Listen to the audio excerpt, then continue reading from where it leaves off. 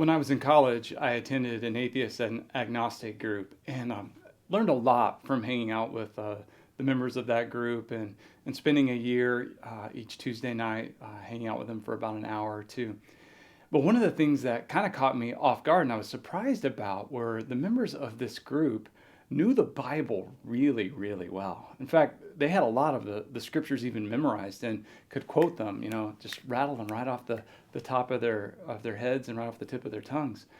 And during that time, there was a scripture verse that I heard quite often. And it turns out it's the most commonly quoted scripture verse by people who aren't Christians. And it's this one: "Judge not, lest ye be judged." Now, what's kind of interesting about that is where that comes from in Luke chapter 6 is Jesus is talking, and of course it's a much larger conversation about grace and mercy and compassion and forgiveness and knowing right from wrong and dealing with those things. And yet, any of us at any point in time can take scripture out of context, misuse it, and misapply it.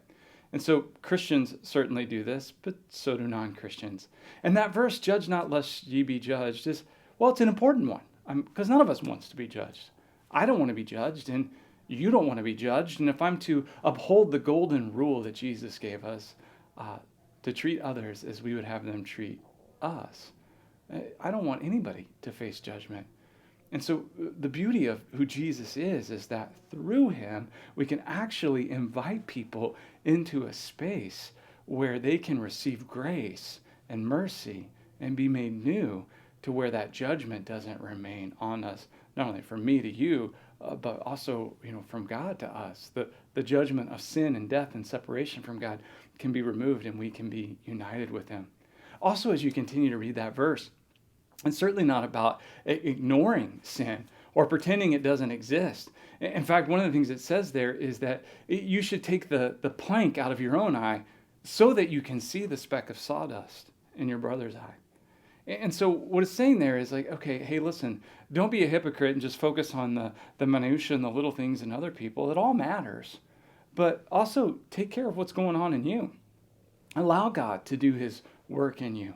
And it's not just about you. Like, you may go, well, no, I'm okay because I know I have a relationship with Jesus and I'm saved by his grace. And so all's cool. And so, you know what, I can allow these things, these incongruencies, these sins in my life because I know that they're ultimately taken care of by Jesus, which, by the way, is just a horrible way to live and not in line with the gospel and who Jesus is anyway and who we are in him.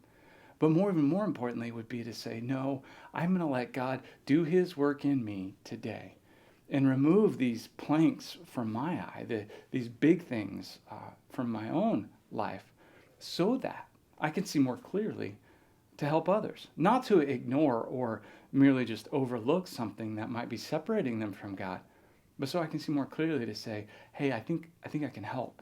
I think I can help with that.